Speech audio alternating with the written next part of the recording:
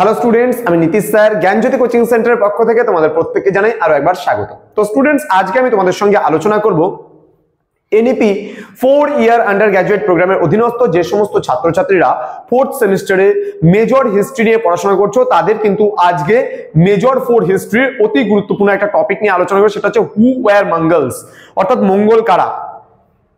তোমাদের major 6 paper থেকে অতি গুরুত্বপূর্ণ কিন্তু এই প্রশ্নটা, ঠিক আছে? তো 3 নম্বরের যে আমি ধারাবাহিকভাবে ক্লাসগুলো নিচ্ছিলাম তোমাদের এই পেপার থেকে, সেটা কিন্তু আমি কন্টিনিউ 20 দিন ধরে নিতেই থাকবো এবং 20 দিনে প্রত্যেকটা টপিক সম্পর্কে আমি আলোচনা করব তোমাদের সঙ্গে। ওকে, আমরা চেষ্টা করছি যে যতটা সম্ভব আমরা এই ইউটিউব চ্যানেলের মাধ্যমে আমরা করিয়ে দেবো। আর না হলে তোমরা যদি ভাবছো যে অনলাইন ক্লাসে জয়েন করবে, তাহলে অবশ্যই আমাদের অফিসিয়াল নাম্বার 6295916282 এবং 7076398606 নম্বরে সরাসরি আমাদের সঙ্গে যোগাযোগ করতে পারো। আমাদের টোটাল কোর্স ফি রয়েছে মাত্র 1199 টাকা।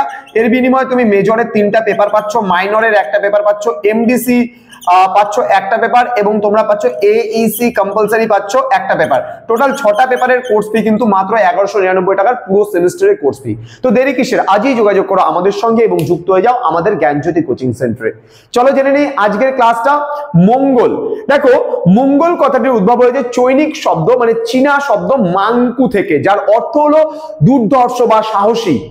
তাহলে মঙ্গল কি বললাম, মঙ্গল কথাটি উদ্ভব হয়েছে চৈনিক শব্দ মাঙ্কু থেকে, যার অর্থ হচ্ছে সাহসী অর্থাৎ দুর্ধর্ষ যারা, যোদ্ধা জাতি যারা। তো কি বলছে মঙ্গলদের মানে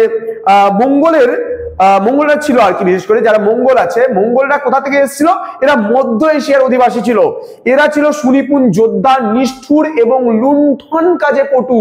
অর্থাৎ এদের একটা কাজটাই ছিল যুদ্ধ করা, লুটপাট করা, একে মারা, ওর থেকে ছিনতাই করা, এই কাজগুলোই কিন্তু এই দুর্ধর্ষ জাতি করত। অর্থাৎ এরা ছিল খুব সাহসী। এরা ভাবতো না আমি মরবো না বাঁচবো, কি হবে না হবে আমার, এরা কোনো কিছুই মনে করতো না। এরা মনে করতো যে আমাকে কি করে লুট করতে হবে, আমাকে কি করে যুদ্ধ করতে হবে। এরা খুব সাহসী ছিল। বলছে চেঙ্গিস খায়ের নেতৃত্বে এরা দুর্ধর্ষ শক্তিতে পরিণত হয়েছিল। তাহলে এদের নেতৃত্বে কে ছিল? চেঙ্গিস খা, এবং এর নেতৃত্বে কিন্তু এরা দুর্ধর্ষ যোদ্ধাতে পরিণত হয়েছিল বা জাতিতে কিন্তু পরিণত হয়েছিল। তাহলে আমি প্রথম থেকে কি বললাম তোমাদের, যে মঙ্গল কথাটির উৎপত্তি হয়েছে চৈনিক শব্দ মানে চীনা শব্দ মাঙ্কু থেকে, যার অর্থ হলো সাহসী। অর্থাৎ এরা কি ছিল? এরা সুনিপুণ যোদ্ধা ছিল, লুণ্ঠন কাজে পটু ছিল।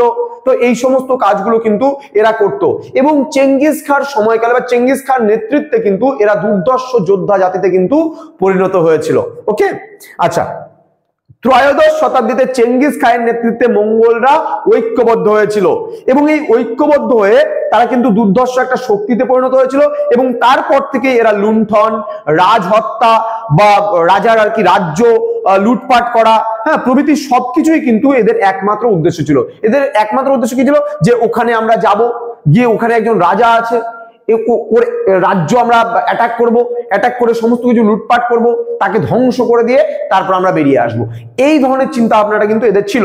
তো বলছে এই উদ্দেশ্যকে সামনে রেখে অল্প সময়ের মধ্যে কিন্তু চেঙ্গিস খা এবং তার দুর্ধর্ষ বাহিনী চীন, মধ্য এশিয়া, পশ্চিম এশিয়া ছাড়খাড় করে দিয়েছিল। একেবারে পুরো মুসলিম বাহিনী বা মুসলিম সভ্যতা এবং সংস্কৃতির উপরে কিন্তু জোর দিয়েছিল তারা, এবং আমাদের ভারতের যে মুসলিম সংস্কৃতি ছিল সেই মুসলিম সংস্কৃতি কিন্তু একদম ছিন্ন ভিন্ন ছাড়খাড় করে দিয়েছিল বলতে পারি। এবং কি বলেছে যে ভারতবর্ষের চতুর্দিকে যে প্রাকৃতিক নিরাপত্তা রয়েছে উত্তর ও পশ্চিম সীমান্ত অঞ্চলে কিন্তু খুব দুর্বল ছিল সেটা।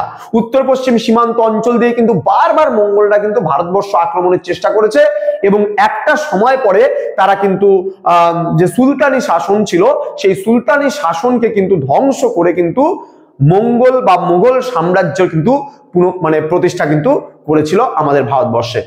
তো এই মঙ্গল কারা বা মঙ্গল কি, এই নিয়ে ছোট্ট একটা প্রশ্ন তোমাদের সঙ্গে আজকে 3 মার্কসের প্রশ্ন নিয়ে আলোচনা করলাম।